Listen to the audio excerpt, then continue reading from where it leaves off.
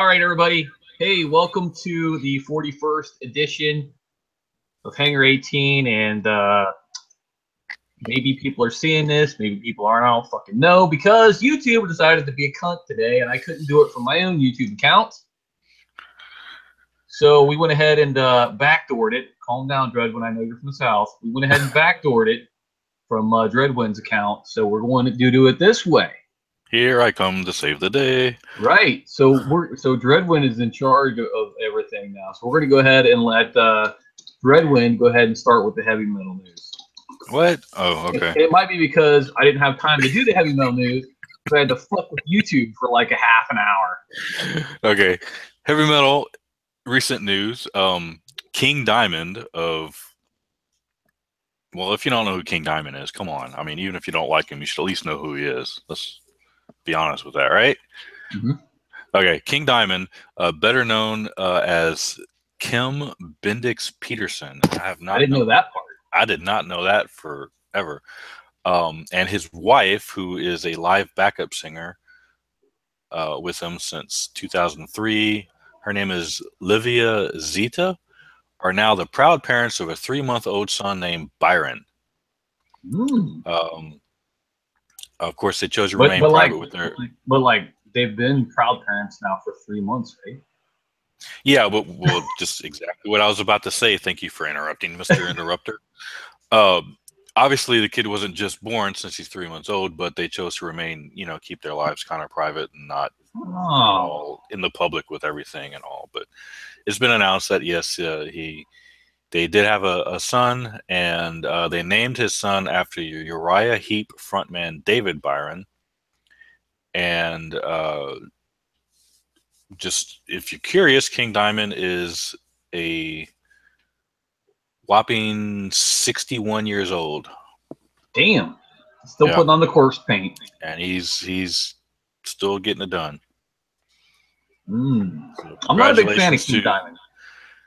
No, but he's pretty iconic and he's definitely That's what I'm saying. Even if you don't like him, you still know who he is. Oh, he's definitely had a huge influence on metal, that's for sure. Yeah, absolutely. So pretty cool news there. Congratulations to them. And I guess Prince Diamond is who we'll be calling him. Oh, I like that. But what about Baron Diamond? That too. That could work. His name's Byron, so that's not that far off. Baron Byron? Baron Byron, yeah. I like that. All right. So, although I think one of Trump's kids named Baron, if I'm not mistaken. I think so. All right. So my heavy metal news, which I totally just did not look up while Dreadwind was talking about King Diamond, is apparently the people who write I guess not write, because it's already been written by the George R.R. Martin guy, but apparently the people who do the show Game of Thrones on HBO are huge metalheads, and apparently they've had cameos from members of Mastodon on the show, which I didn't know. Huh. And they have this character called the Night King, which is like the king of all these like zombie people, right? The winter is coming. That's what they're talking about. They're talking about all these like northern zombies coming down and like fuck it. They're called White Walkers. They come down and fuck up the South. But yeah, they've been coming down since season 1, and they haven't made it yet. Right. That's why they have this big wall and all that jazz, right? So anyway, they came up with a playlist here, and I'm always interested in other people's heavy metal playlists and like what their idea of metal is. So I'm going to run these songs through here and see if any of them sound any good, right? Okay. Mr. Freeze by Slayer. I'm a fan of that one. Okay. The Pale King by Testament. Nice. And here's where they go off the tracks a little bit. In My Eyes by Rage Against the Machine. Stone Cold Crazy by Metallica. That's not bad. Man of War by Radiohead. I don't get how that's fucking metal. No. Ice Titan by Slayer. That makes sense. Okay. And here's where they totally lose me. Mr. Brightside by The Killers. I don't know if you've ever heard that song, but that is definitely not metal. All right, but then they redeem themselves a little bit here. The Four Horsemen by Metallica. Cowboys from Hell by Pantera, Master of Puppets by Metallica. The Blackest Crow by Megadeth. And then again, Wolf at the Door by Radiohead. Apparently these people are under the false impression. Okay, so I think what's happening is you have a group of 4 or 5 writers, and like 3 of them are actually metalheads, and then you have the one Radiohead person. One that's a doofus and thinks he's a metalhead. Yeah. Yeah. So on we go. March or Die by a Motorhead. Climbing Up the Walls by Radiohead. My Plague by Slipknot. Over the Wall by Testament, Zombie Stomp by Ozzy Osbourne, Kill the King, Megadeth, Evil That Men Do by Iron Maiden, Now Thy Death Day Come by Exodus, Dancing on Your Grave by Motorhead. I think the more I think about it, I think you're right about your hypothesis there. Yeah. Never Dead by Megadeth, Graveyard Whistling by Nothing But Thieves. I've never even fucking heard of that band. Uprising by Muse. I've never heard of that band either. I've heard of Muse, but I wouldn't classify them as metal by any stretch of the imagination. When Hell Freezes Over by Metallica, Dead Inside by Muse again, and Now It's Dark by Anthrax. So out of those 27 songs, like probably 19 of them were actually metal. Yeah. So fuck those people. All I gotta say about that. All right. And you can call them writers because, like, from what I understand, I haven't read the books, but from what I understand, they haven't followed the books since like halfway through season 1. So I haven't read the books either, although my wife also says that they deviate from it quite a bit. Yeah. So although from what I understand, though, also speaking of deviating from the books, I understand that the newer Star Wars stuff deviates way far away from what the books are. Oh, like, yeah, down to like Disney said all Solo and all those people. You know, yeah, Disney said, all right, all this stuff that you love from the books, yeah, just throw it in the trash now. The trash? The trash, yeah. Oh, cat trash. Yeah, is that some kind of Southern thing? Cat trash? I don't know what I was trying. I think I was trying to say can and trash at the same time. That's where we throw our cats, boy. When they're used up. All right, boom. So this week we made a special endeavor to have people. Yes. Yeah, thanks. To have people give us requests for songs to review, and people came through like champs, like I knew they would. And the whole idea came to me because Minerva, or Ashlyn, or whatever you want to call her, she said, "Hey, you guys got to do this song here." And I was like, "Okay, great. We'll do a whole review one because I'm out of ideas any fucking way, right?" Yeah, there you go. We all know Dreadwind's what I've been out of ideas since like 1974. What? So, I'm just saying. All right. So anyway, requests. We're going to review some requests, and yeah. That's a good thing to say, like a review request. All right. Anyway, our very first one we have here is by the Plasmatics, and it's The Damned. And this band was formed in New York City, New York in 1977. And this is off their 1982 album, Coming At Ya. 1982, Coup d'etat. And here we go. There's this weird water dripping sound in the beginning of the song. Intro. It's followed by some very low-tone keyboards, and I absolutely love the look of this lead singer with the mohawk and the spikes, because she's like hot and also like metal hot or punk hot, right? But that's like the best kind of. She looks like she'd come right out of Mad Max or something. Yeah, Mad Max or like those old heavy metal magazines. Yeah. But then I found the synchronized guitar dancing that the rest of the band was doing to be a little too 1980s for my taste. Yeah. The only thing they were missing was like the kicks. The chick's name is Wendy O. Williams, and she can definitely sing with that very distinctive voice that she has. She sounds like she's pissed off like all the time, which I love. And let's not beat around the bush. She's pretty hot too. I mean, yeah. Which I guess we already said that. Never mind. I guess we're just drilling that fact in your head. Anyway, the solo was pretty good, if typically 1980s style. And then I said, well, I guess we're on the same symbiotic track here. I said, the whole video reminded me of Mad Max. Yeah, there you go. And I love the part where she crashed the bus through the wall of TVs. And I also love the fact that they had to, in the beginning of the video, say, hey, this video is done by professionals. Don't do this shit. Yeah, like they're right. Yeah, they're like a bunch of professionals, all right. You're right. Because she was just sitting on the bus, and like you could tell, like I don't know. To me, it looked like she wasn't very comfortable up there with the moving bus while she's trying to like move around on it. It looks like she actually fell over at one point. It did. It looked like she fell over. Yeah, it definitely. But anyway, I really like this song. I've never even heard of this band, but apparently they've been around forever. And they're a big punk band, and I cannot believe I didn't see this video when I used to watch MTV all the time when they actually played music videos. Mm-hmm. But anyway, I give it an 8.0. I was a fan of it. Dreadwind. Yeah, this is one of the bands that I've heard of before, but I've never actually heard.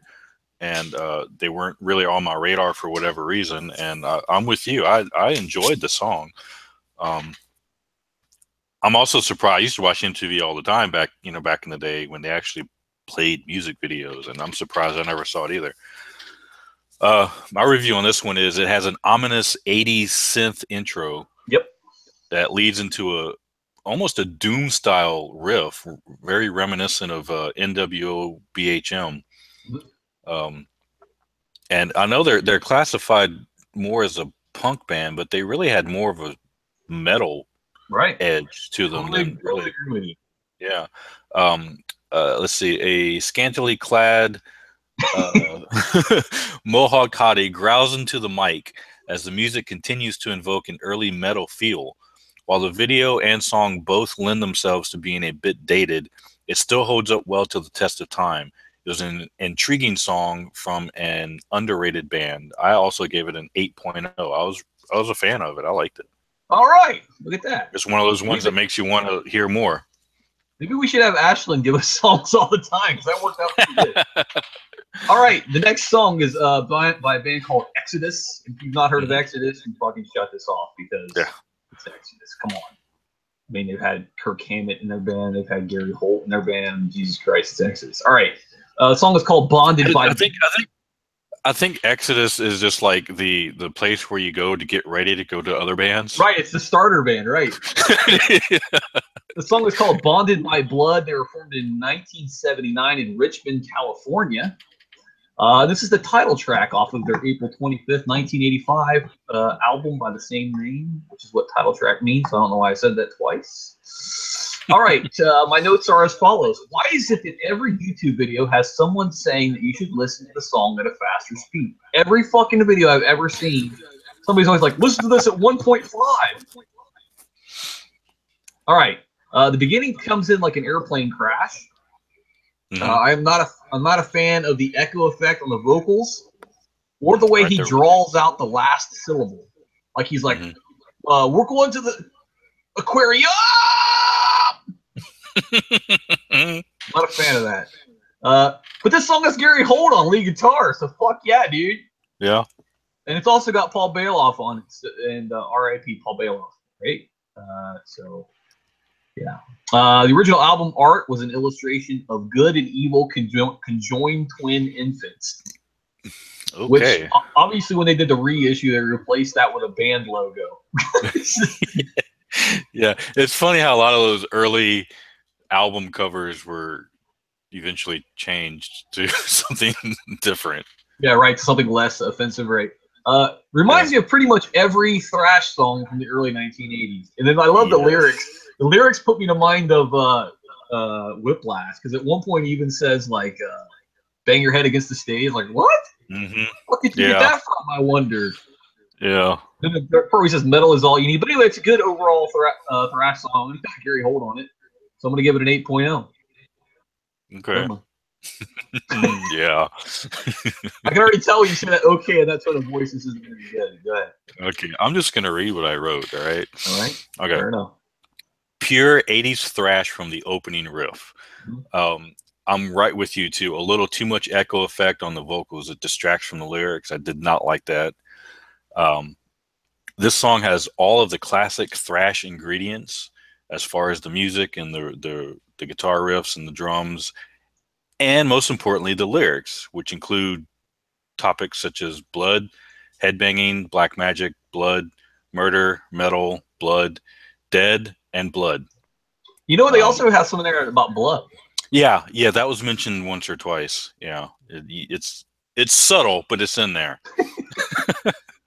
All right, here we go. If thrash metal had an instruction booklet, this song would be chapter 1. Unfortunately, the song sounds like the band never made it past chapter 1, showing little progression or depth and suffering from an average vocal performance. I gave it a 7.0. Oh man, that was fucking awesome.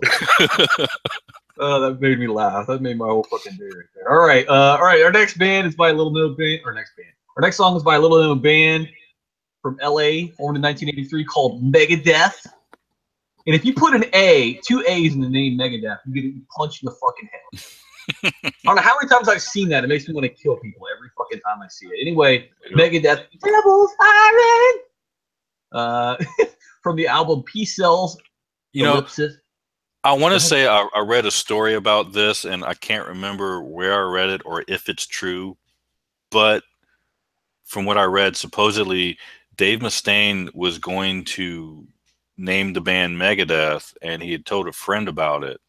And his friend, quote unquote friend, went off and tried to copyright the name Megadeth, D-E-A-T-H, and or trademark it or whatever. So he changed the spelling to just D-E-T-H to get around that, because he thought that was kind of a... I've heard that same story, so that might be true. Yeah.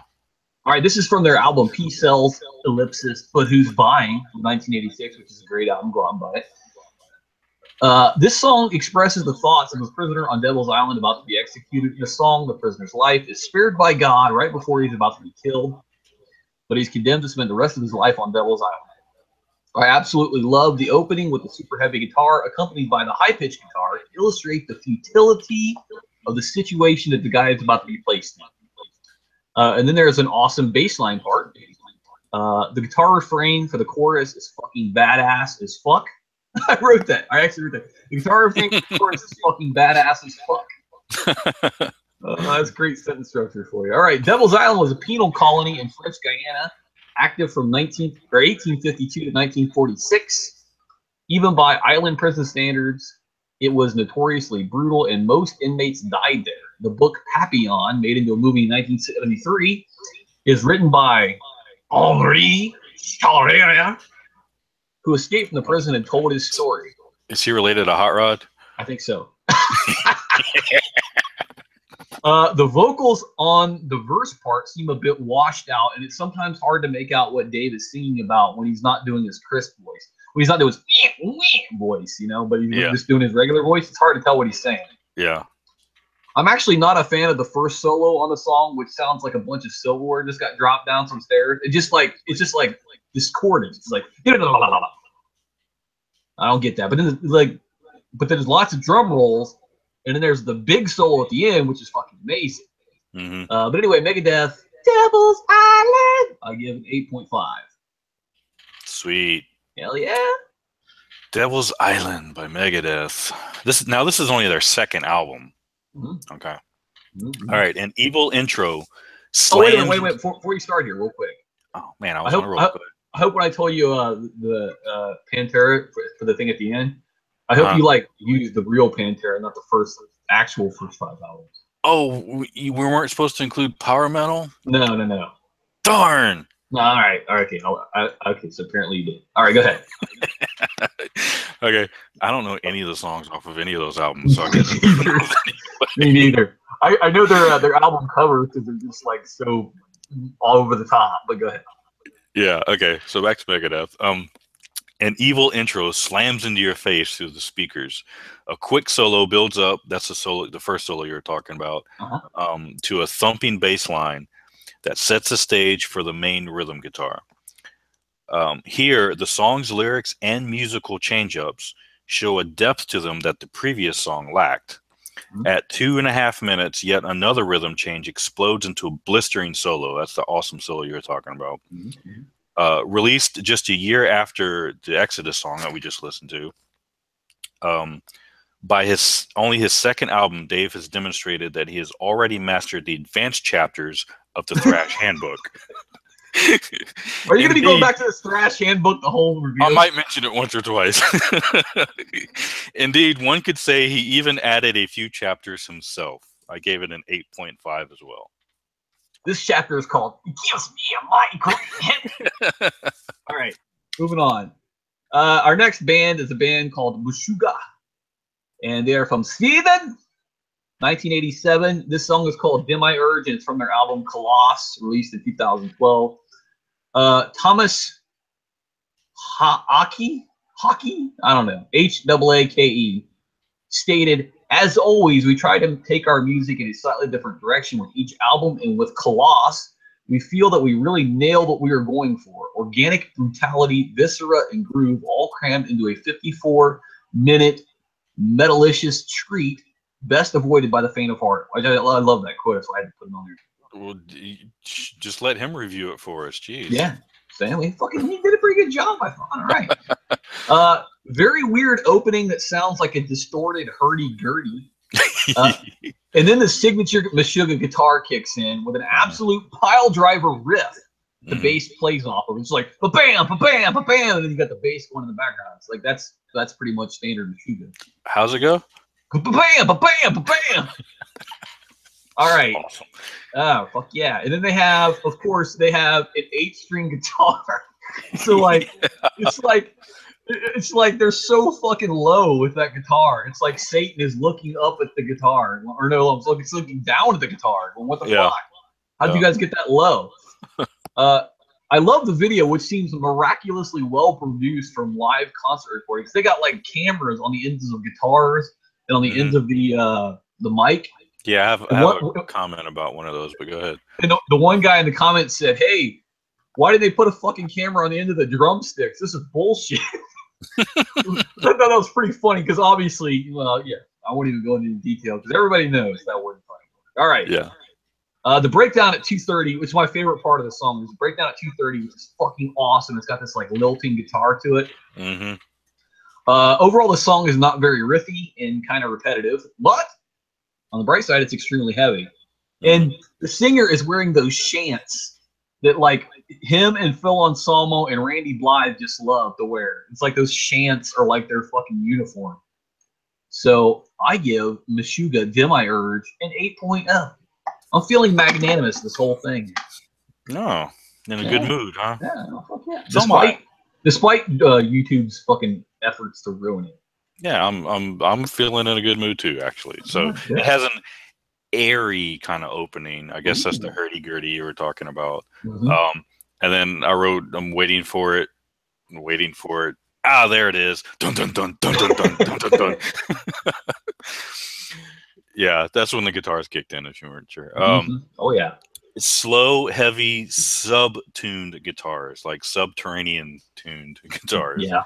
Right on. Over growling vocals. It's pretty much signature Meshuggah. Yep. Like I said, it's a little repetitive, but what the song lacks in technicality, it makes up for with just pure intense heaviness. Yep. It's like a grinder smashing your brain in through your ear holes until it resembles something like peanut butter. I like that. The change up at 2.5 minutes really grooves. I thought that was great. Also, yeah, look at that, somebody. The outro was a little bit repetitive. And then my only comment about the camera things was the microphone camera that was constantly in the face of the singer made it look like we were watching the singer trying to take a dump. It did. It did. He seemed like he was straining the whole time. Yeah, it was like I could do without that view. Thank you. I also am feeling good and gave it an 8.0. God damn!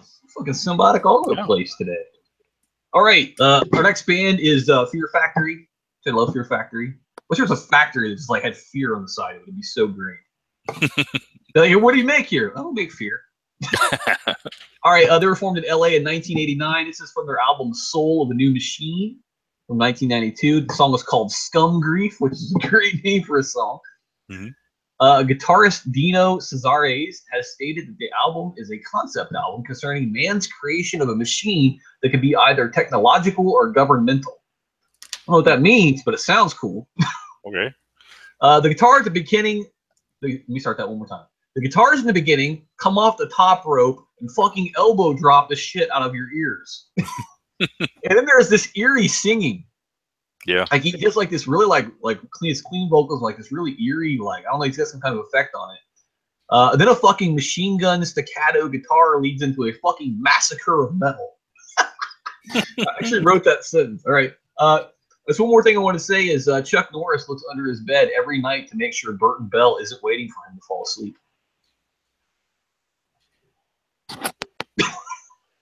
Okay. Did I lose you there? A little bit. All right. Bird Bell lead sings for Screwdriver. Okay, so right. Now I got that. But okay. The transition from clean, almost ethereal vocals to harsh screaming is flawless, and the bass breakdown is fucking badass. The bass drum, they also do a lot of like really prominent bass drum on this track. I'm a fan of it. I give it an 8.5. I like the song overall. It's really good. Good one. Yeah. It's just a straight up blast in the face. I wrote haunting vocals at the start. Before a sledgehammer cracks in your skull. Mm-hmm. The chorus returns to the haunting vocals, which kind of my only gripe with the song is the chorus, because it's such a blast in the face of a song, and then you get to the chorus, and the chorus vocals just, I don't know, they're a bit repetitive. I wrote it might work better if they weren't so repetitive, because he just says like 2 words throughout the whole chorus, and it's, I don't know.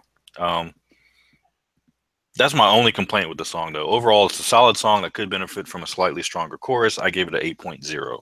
All right. Really close. All right. Yeah. Okay. Now, here's where it came to like really awesome that we got these suggestions, because I would have never heard of this band otherwise. Skinflint. And I'm 100% sure this is their only band from Botswana that we've ever had. Yeah. Formed in Gaborone, Botswana in 2006. This is called Iron Pierced King. And the album is called Ikalwa, IKLWA. Is it an album? I thought it was just like a demo or something. No, that's an album. Okay. They have 3 albums out. Oh, all right. Wow. Okay. Yeah. All right. I love the opening, which sounds like a reggae version of Iron Maiden. And I thought, hey, that was a pretty profound observation by me. And then I looked in the comments, and fucking everybody in the world thought the same thing. I love the fact that you can actually hear the bass quite prominently, which is another Iron Maiden thing. The singer definitely sounds like old school power metal. The drummer is a big fan of drum rolls because he had about 1,000 of them in the song. The comment section was filled with people who were obviously not heavy metal fans, but trying the virtue signal because the band happens to be from Africa. Very simplistic song format. You know, it's hard to tell what the guy was saying with his vocals because of his accent, but he definitely could sing well. I bet the more I listen to it, the more I can make out. I also love the grunting, which reminded me of a tribal dance. The slowdown is absolutely fucking brilliant and is exactly what the song needed at that point. It reminded me of a lone rider on a western plain.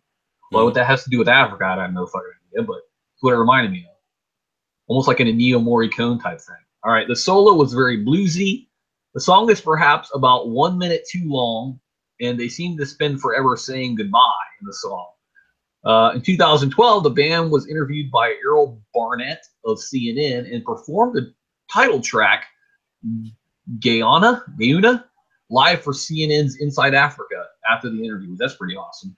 But anyway, I really like this song, and I always love it when like I'm introduced to like new style of metal, which like this is, it's definitely power metal and all, but it's definitely got some new twists to it. But I gave it an 8.0. Good. I did not like the singer. Damn. I'm just gonna come straight out. All right. Tell us how you really feel. Very 70s, almost Sabbath vibe initially is what I got out of it with the opening riff. The guitar licks definitely have potential in them.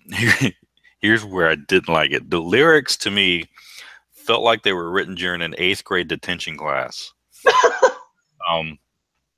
And I think we know the name of the song. Oh, did they say it a couple times? You can stop repeating the name of the song. Hey, they anytime now. They say jump in the fire a couple times, so I can jump in the fire. Yeah, but this was just enough. Okay. Yeah, I did. Yeah. 8 times in a row is a little much. Thank you.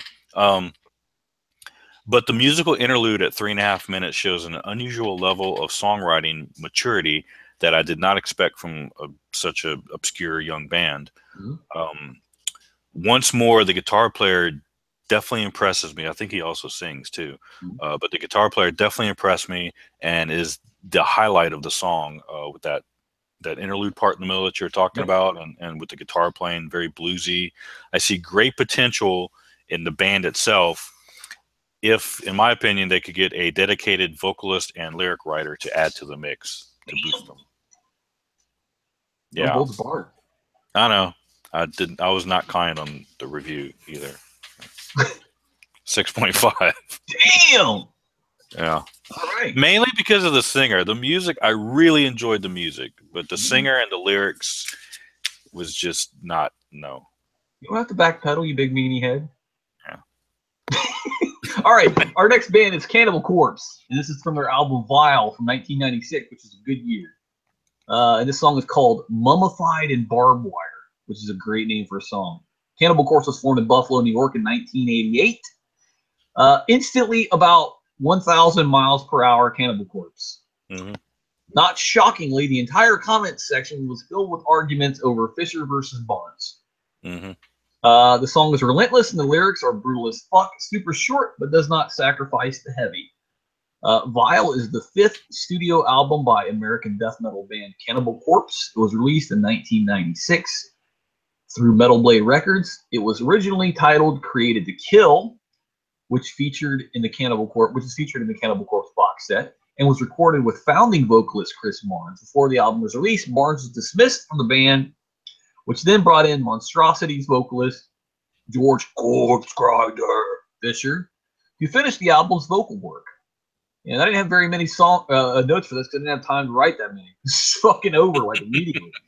But I give it a 7.5. It's good old-fashioned Corpse. Dreadwind. Okay. In the Metal Handbook, I actually have this written too.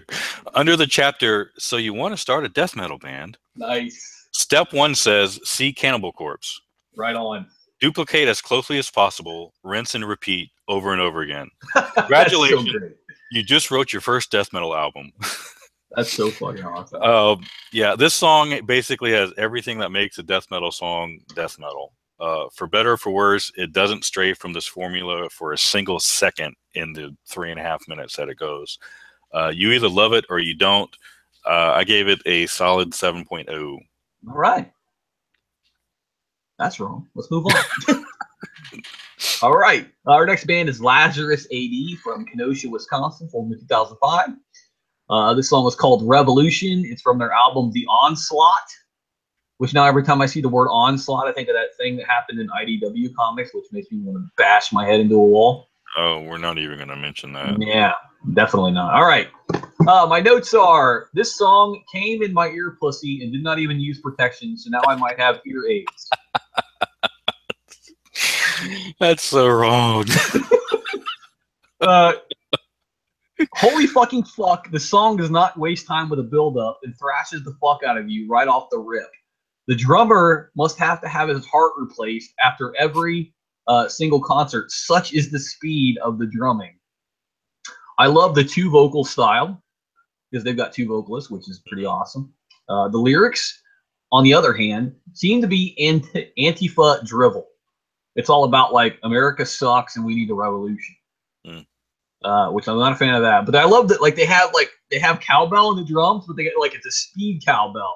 So they're like nailing the drum line and they're just like just tapping the cowbell in between snares and whatnot. It's pretty awesome. So yeah, the riffs are crisp and heavy as fuck. The little harmonized guitar part was fucking great. I love that they put in the crowd chanting at the end. And then here comes the bad news. Drummer Ryan Shuttler died on May 17, 2005 in Sacramento, California, and the band disbanded soon after. So no more Lazarus AD. Yeah. Which that sucks, because I love this song. I give it a 9.0, despite the shitty Antifa lyrics. Yeah, so, I didn't really even pay attention to the lyrics themselves on this one. But I wasn't sure if it was the same singer or 2 different singers. I kind of figured it was 2 different singers. Yes, dude. It's another classic thrash opening that drives into a pummeling rhythm. The first set of vocals sound strained, and I didn't like those as much as the second set of vocals. I'm totally with you. I like the second set better. Totally. Yeah. Which I think that's the guitarist. Wow. Okay. Yeah, I liked him better. He was than the actual singer. Yeah, yeah. And then I wrote, I'm not sure if it's the same guy or not. The music continues with the bevy of tasty riffs and general thrashage. You just use bevy in a sentence. Well done. Yeah. These guys definitely got past chapter 1 in the Book of Thrash. 8.5. Oh, that's so great that you fucking streamed the whole show with this Book of Thrash. I love that. All right. The next song is called Motorhead. I'm sorry, that song is called Motorhead. The next band is Motorhead, and the song is called No Voices in the Sky. For this particular one, I used a live version. The band was formed in the United Kingdom in 1975. That's insane. Yeah. Their album is called 1916, which was released in 1991. It is a very raw live recorded version of the song. The song, this might come as a shock, is very fast and bass driven. That's out of the ordinary for Motorhead, I know. I love the little solo, and Lemmy's voice kills it the entire time. I really wish they would have invested in a collar camera, because at times it was hard to tell what the fuck was going on. It's just like the camera guy, I don't know if he was high or what, but he was all over the place with his camera work. It's not really a reflection on Motorhead or anything, but maybe it was. Maybe fucking it was the power of Lemmy's moles, like causing the gravity to change or whatever the fuck. I didn't know this, but this is a pretty interesting tidbit. Motorhead's album 1916 was nominated for a Grammy Award for Best Metal Performance, but guess who they lost out to? Jethro Tull. Metallica's Metallica. Oh, wow. Okay. Yeah. So they lost out to probably one of the most highly sold metal albums of all time. Yeah. That's pretty shitty that they got put up against that. It's just pretty much David and Goliath situation right there. That album is still beating people. Right. Yeah. You're right on. But anyway, Motorhead, No Voices in the Sky, gives 7.5. Dreadwind. All right. It's Motorhead. I mean, what else do you need to say? I don't have very many notes about the song itself, because it's pretty much straight up Motorhead. If you know who Motorhead is. Chapter of the Book of Right. But I did write, Lemmy is one of rock and metal's most underrated song and lyric writers. Definitely. Because people had a hard time understanding him. I don't think he ever really got the credit he deserved for his thoughtful and poetic lyrics. The song itself might have something to do with like the 50 cartons of cigarettes he smoked every day. Probably so, yeah, and the 4 bottles of whiskey that he drank also with it. Yeah, I remember a story. I was watching a thing on Lemmy, and the guy was talking about he was backstage with Lemmy. I forget who it was now, but Lemmy's like, "Hey, I got some whiskey or whatever. You want a drink?" He's like, "Yeah, sure." So he grabs a bottle, opens the bottle, hands it to him, and then the dude, takes a swig and goes to hand the bottle back to Lemmy. No, he grabbed another bottle and opened it for himself. Nice. The whole bottle. Nice. Normal people just drink fifths right out of the bottle. It's all of it. Yeah, right. Like, oh no, that's yours. This is mine. The song itself doesn't stray from the typical Motorhead sound. It's just relentless, in your face, hard rock and roll. I like that. I'm a fan of it. I give it 8.0. Oh, that's awesome. All right. Yeah, one more thing about Lemmy is I heard that his estate didn't even top $100,000. Wow, really? He said all he had was like this little shitty apartment in LA, and like all he had was like some World War II memorabilia. That was like all he had to his name. Wow. Because he did nothing but tour. He had a ton of World War II memorabilia. And probably that shit's probably worth a lot more than $100K. But probably somebody from California, I'm not sure, is not going to value it as high. A lot of it was Nazi artifacts. Right. That's why I think somebody from California wouldn't value it as high. Right. And the little apartment he lived in, he liked living there because he could walk from there to the Rainbow, which is his favorite hangout spot. So he just never bothered getting any place else. Oh, yeah. Alrighty. Our next band is called Bolt Thrower. And they're from Coventry, England, 1986. This is the song called Celestial Sanctuary. It's from their album The Fourth Crusade, or as some people would say, the IVth Crusade, 1992. Bolt Thrower is one of those bands that you can tell who's playing the instant you hear the first fucking guitar lick. It's like, trying to think who else. Zakk Wylde. I can immediately tell Zakk Wylde just by his guitar sound. Jimi Hendrix is another one. can always tell who they are. Yeah. Randy Rhoads is another one. The entire song has this muted feel to it, and none of the instruments or vocals seem to come out at you, which I'm guessing is probably poor production. Probably.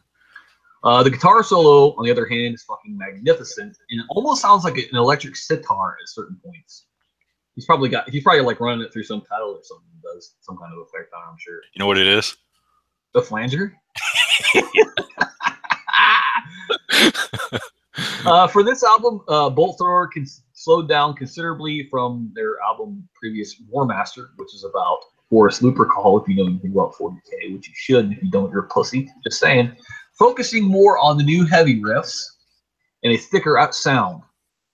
The album features more death doom metal driven style. Mm-hmm. It was influenced by doom metal bands including Candlemass and Pentagram. I give it a 7.0 Dreadwind. Wow. You gave Bolt Thrower a 7.0? Mm-hmm. Yeah. That's wrong. I'm just saying. We've entered an alternate dimension here. When you look on the manual of alternate dimensions, I'm gonna have to do that next show too now. All right, so for Bolt Thrower, the first thing I wrote was, I have entered the fifth gate of hell. Hell yeah. This death metal mixed with a touch of doom adds a little spice to an otherwise over mimicked genre. How do you like that turn of words? I like it. As I listen to this song, the sky turned black, fiery death rained from the heavens, and an armada of giant armor-clad aliens descended upon the earth to wreak utter chaos and destruction upon us. I like it. I really like this song. Gave it 8.5. Damn. Yeah, that's pretty. The way you just described there is pretty much Warhammer 40K. Alrighty. So moving on, and what we've been doing for the past couple of weeks is we've been giving out our favorite song off of various artists' first 5 albums. Mm-hmm. And our first, what we're doing this week is Pantera, because Pantera is like standard listening to for heavy metal fans. Right. And their first album, chapter 3, under recommended listening, is Pantera. Right. If Pantera, you have to ignore the power metal parts. That's what we were talking about earlier. You got to ignore the power metal albums. We're just going to go straight to their good stuff. Yeah. Which started with Cowboys from Hell, which is an amazing album. I mean, it's just so great. Yeah. Cowboys from Hell. I hear, when I go back and listen to that album, I hear a lot of Exhorder influence. Yeah. Yeah. So anyway, off of Cowboys from Hell, my favorite song is Heresy. Just that riff, it's just fucking awesome.